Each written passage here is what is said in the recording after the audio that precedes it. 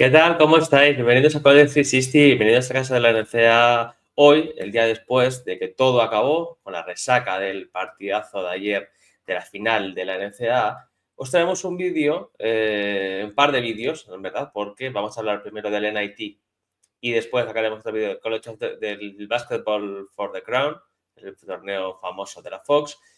Vamos a hablar de estos torneos antes de mañana sacar el análisis de la final con David, los contertulios y los demás, para hacer una tertulia bastante interesante de lo que pasó anoche, el partido entre Florida y Houston, que desde luego si no lo habéis visto os recomiendo enormemente verlo para mañana poder analizar el vídeo con nosotros. Pero hoy primero vamos a hablar del NIT, un torneo que este año con la aparición del Basketball for the Crown, que luego hablaremos de ese torneo, por decir algo, porque bueno, ha dejado más luces que sombras, ha provocado que en el NIT, luego ahora pondremos el bracket y veréis por qué, el NIT se haya llenado de equipos mid-major, de buenos equipos mid-major. Y yo creo, bajo mi opinión, a lo mejor para ESPN que daba el torneo en su canal principal, los ratings no han sido de todo los que querrían, los que hubiesen querido. Para mí, desde luego, ha sido un torneazo. Sinceramente, cuatro muy grandes equipos, no dos, cuatro, ¿no? Porque North Texas, UC Irvine, Chattanooga y Loyola Chicago hicieron una Final Four muy interesante, jugándose en el Hinkle Fieldhouse, por cierto, de Indianapolis, perdón, del estado de Indiana, Indianapolis, no, del estado de Indiana.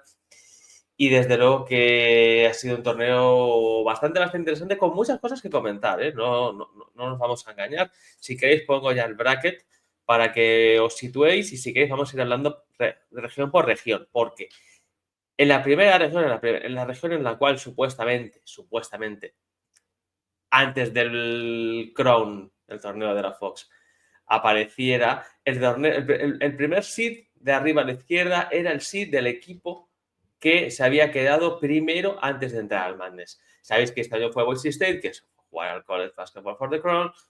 No estaban un par de equipos que podían haber sido, entonces en el NIT le tocó ser a SMU, ¿vale? Que con lo que ha sido, evidentemente, SMU este año con lo que ha sido el Atlantic Coast.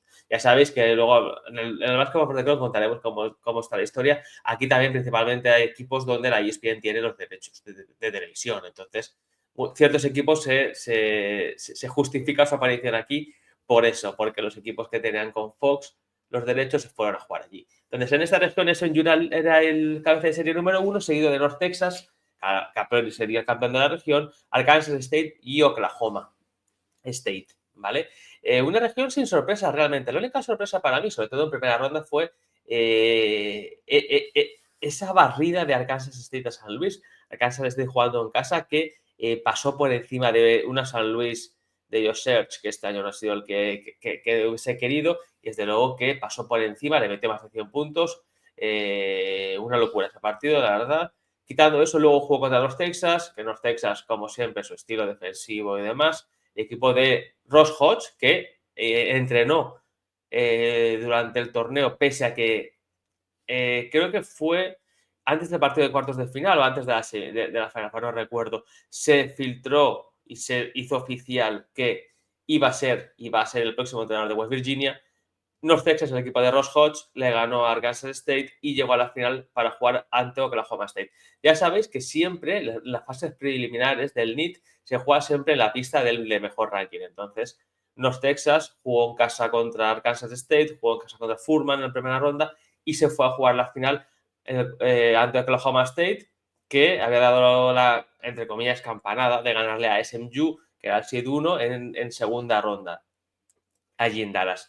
Partido también que sufrió la vida en North Texas, como todos los partidos de ese torneo, sufrió muchísimo para ganar, ya sabéis, equipo que juega defensivo, el ex equipo de Grant McCasland, el entrenador de Texas Tech, y en un partido, desde luego, súper sufrido, le ganó a Oklahoma State y se consiguió pisar otra vez más, porque ya Grant McCasland, hay que recordar que en su día jugó una Final Four del NIT,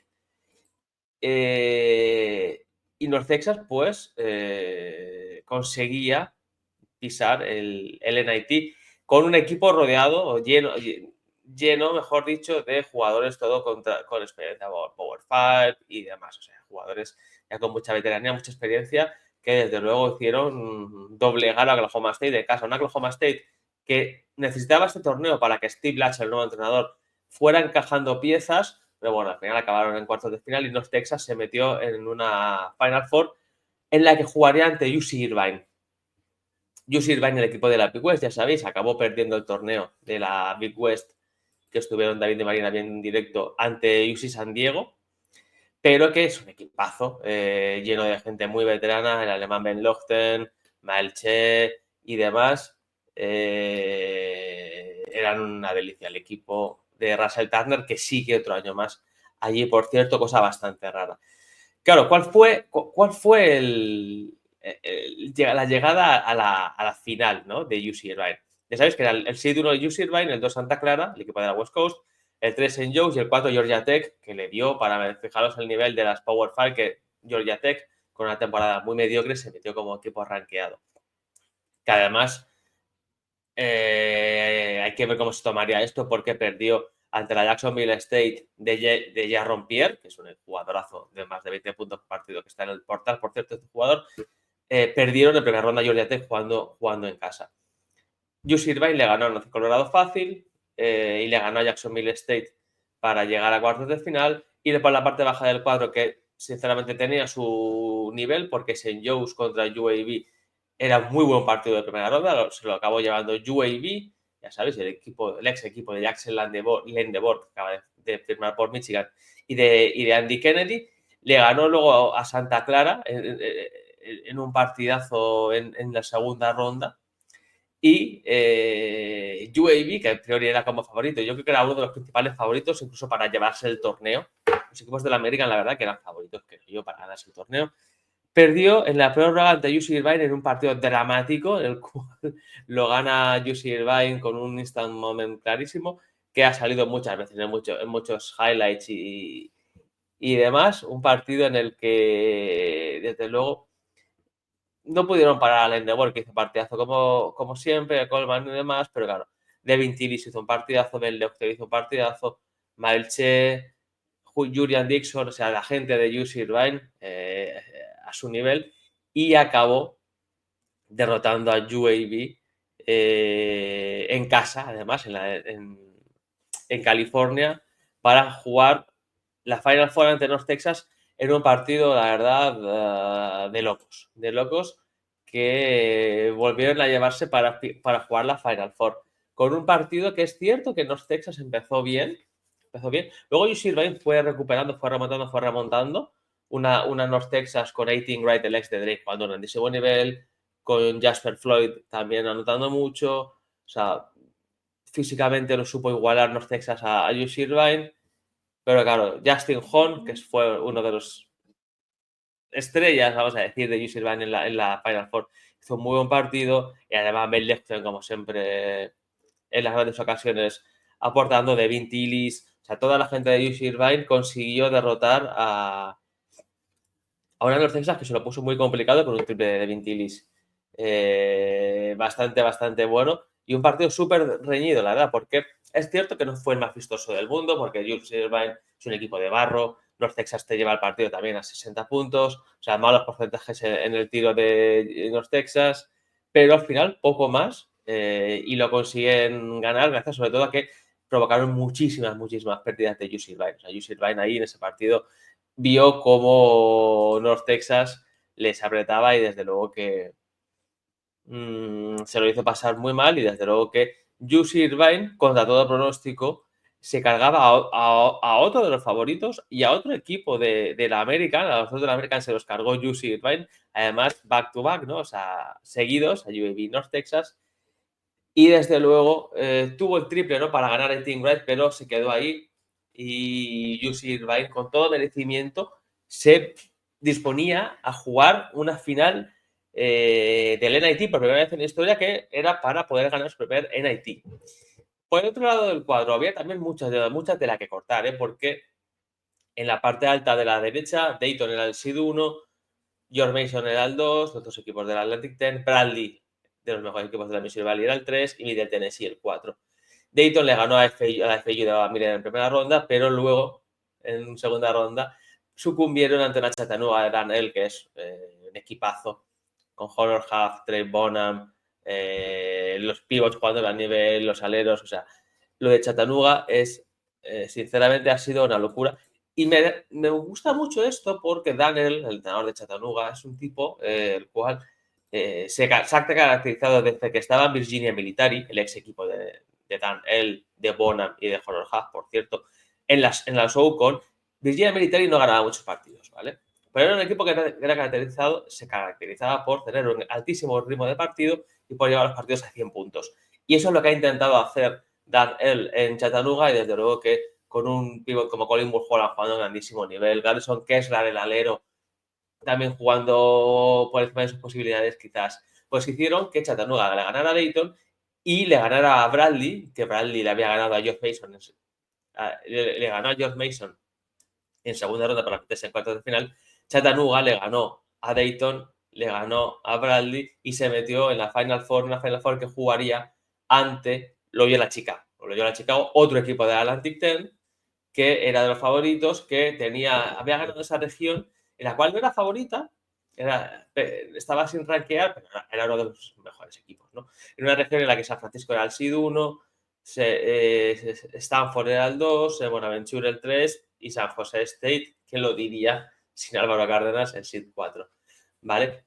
San Francisco le ganó a Utah Valley en primera ronda, pero sucumbió en un partido también milagroso contra Loyola Chicago, que lo remontó Loyola Chicago, tuvo tiro para ganar San Francisco, pero se salió. Y desde luego que Loyola Chicago ganó en San Francisco, que no es nada fácil, por cierto, no era nada fácil, para meterse en un cuartos de final en el cual, contra todo pronóstico, porque están equipos como Stanford y como San Bonaventure, Kent State, el equipo de la Mid-American, se cargó a San Bonaventure y a Stanford en primera y segunda ronda. Se metió en la final ante una Loyola Chicago que jugaba en casa, eso sí, ese partido, y que ganó cómodamente. Ahora no recuerdo si jugó en casa o en Kent State. Ese partido lo vi, pero no me acuerdo. Bueno, Loyola Chicago lo llevó al barro, lo llevó al físico, y pese a que Kent State lo intentó con el talento de sus jugadores, Loyola Chicago lo dominó, jugó bastante bien, pese a que el marcador no fue de muchos puntos el resultado, pero la sensación es que lo pudo haber ganado de 20 súper fácil Loyola Chicago, que jugaría ante Chattanooga la semifinal de la Final Four en un clásico, en un duelo de estilos, ¿no? Loyola Chicago, un equipo súper físico que te va a llevar los partidos al barro con un Valentine haciendo buenos años allí, ante una Chattanooga, ¿no? Que es todo diversión, todo correr, tirar mucho triple, Bonham, Huff, jugadores súper especiales. Y que, claro, si tienen el día del triple te van a ganar. Le ganaron a Loyola Chicago en una cosa que me llamó mucho la atención, dominando el rebote.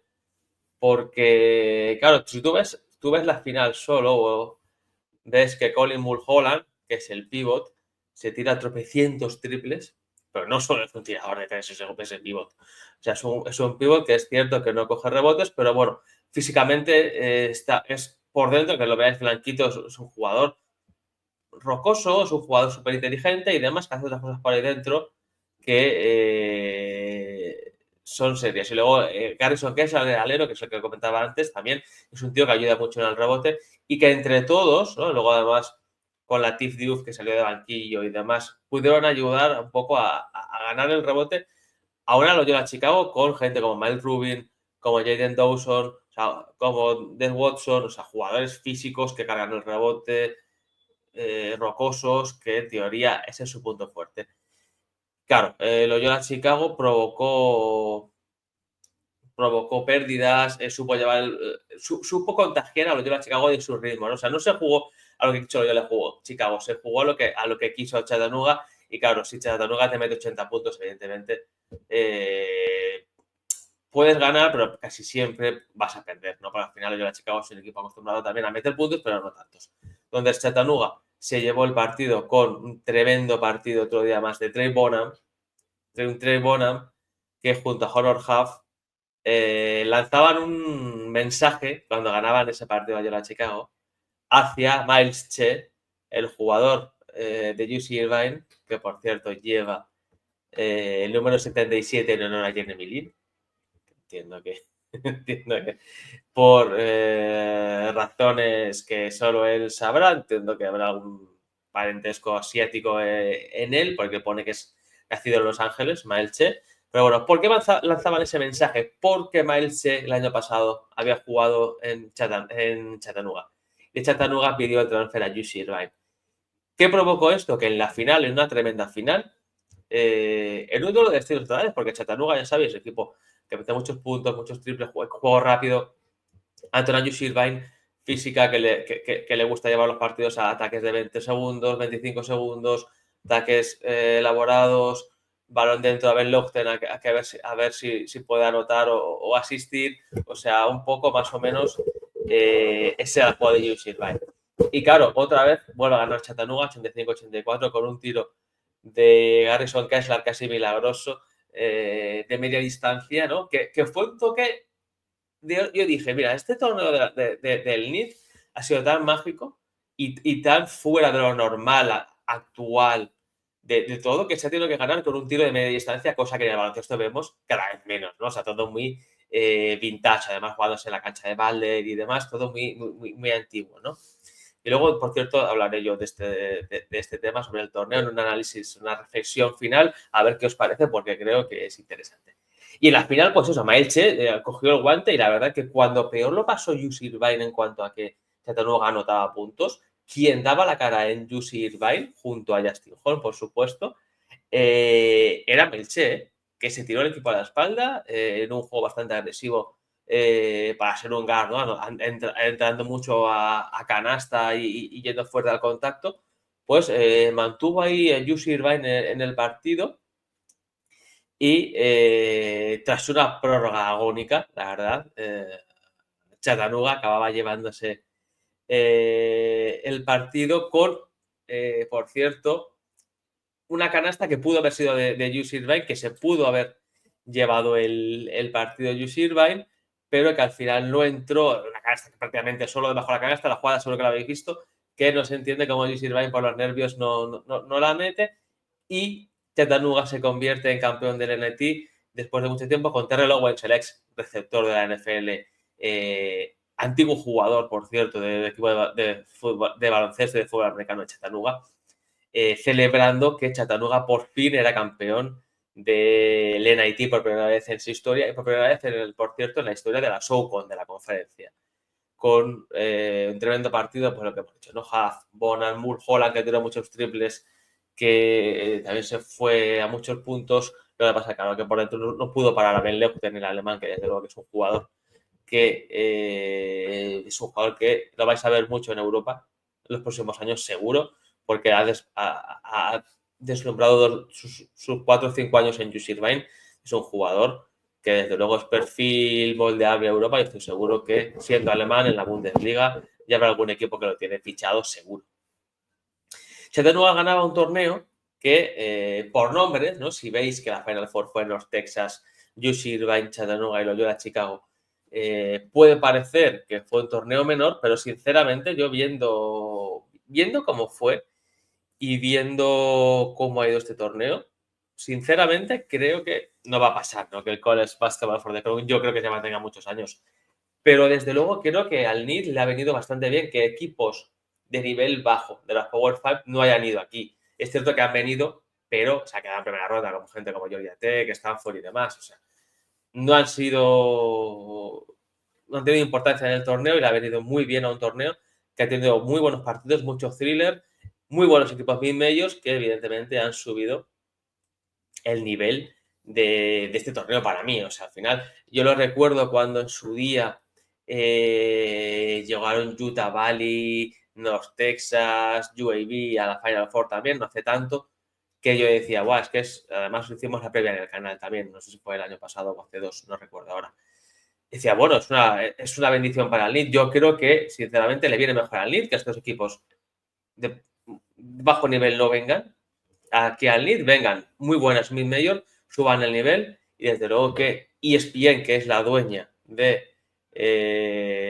estas mid-majors, ¿no? Que tienen los derechos, desde luego creo que ha sabido manejar bien, le ha salido un muy buen torneo y espero y deseo que se mantenga así el NIT, que el NIT, sinceramente, creo que se pueda asentar como el torneo de las Mid-Majors, ojalá, sinceramente, sería como un madness de las Mid-Majors y creo que para los fans de estas conferencias nos harían un grandísimo favor si solo metieran a gente y a equipos de Mid-Majors y nos quitaran a las Georgia Tech, DePaul, Georgetown, que estaban en el Basketball for the Crown, que sinceramente, pues ya me diréis qué méritos han hecho para jugar postemporada, ¿no?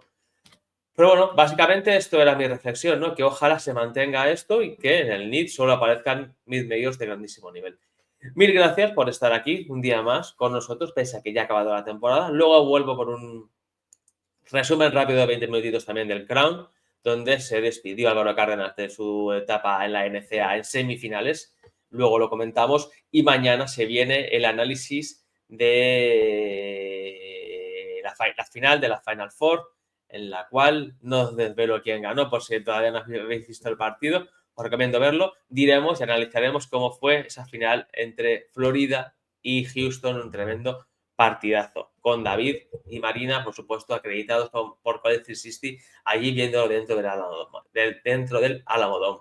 Y el jueves ya acaba la temporada y estamos ya pensando en el futuro. Y qué mejor manera de empezar la temporada siguiente, entre comillas, no del canal, que próximamente vendrá, pero sí de la NCAA, que hablando de un rápido resumen de un tema que os suele gustar mucho. El McDonald's en American se jugó y se pasará Jorge Virue conmigo para hablarnos de las estrellas del futuro, que la verdad que si esta camada ha sido buena, sinceramente la que viene, ojito, que tiene mucho nivel también. Mil gracias por estar ahí, por seguirnos, por dejarnos comentarios, por arroparnos, seguir disfrutando de la NCAA en College 360, porque ya sabéis que esto, pese a que no haya partidos, no para. Hasta luego.